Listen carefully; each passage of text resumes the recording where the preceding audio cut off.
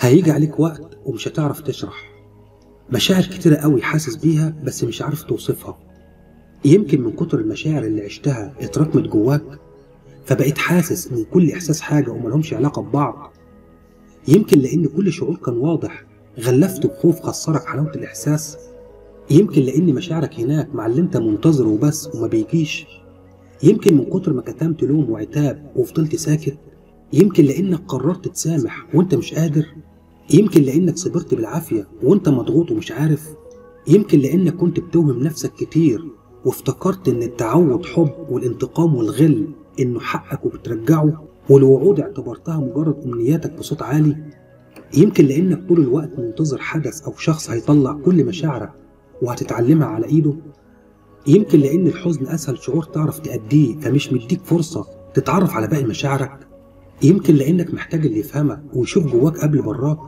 يمكن لانك ما عندكش رفاهية انك تسأل نفسك كل ده لان حملك كبير.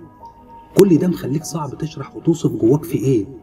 جايز ما بنتوهش في المشاعر الواضحة، خوف سعادة قلق خذلان حب، لكن ما بنعرفش لما بيبقى جواك خوف وسعادة مع بعض هتحس بايه، خذلان مع حب اقوى منه هتحس بايه، مرتاح لكن قلقان هتحس بايه، موجوع لكن مبسوط هتحس بايه.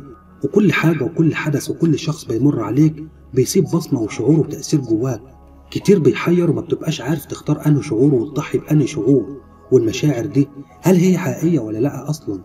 عدم تفسيرنا لحقيقة مشاعرنا بيأثر على قراراتنا وعلى اختياراتنا وعلى كل تفاصيل حياتنا.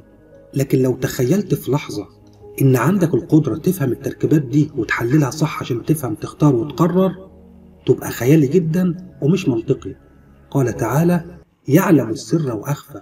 ده مش دورك، ده اللي ربنا هيبصرك بيه، فتطمن وتقرر وتقرب وتبعد وتتقبض وترتاح بأسباب ومن غير أسباب. ملهاش حل غير البصيرة اللي مش هتتوجد من غير الصلة المستمرة مع ربنا بالمعرفة وبالذكر، مش بالتحليل ولا كتر التفكير ولا الهروب بالبصيرة والطمأنينة. دي الخلاصة لكل لخبطة وحيرة وتوهان وصمت عميق مش عارف أسبابه.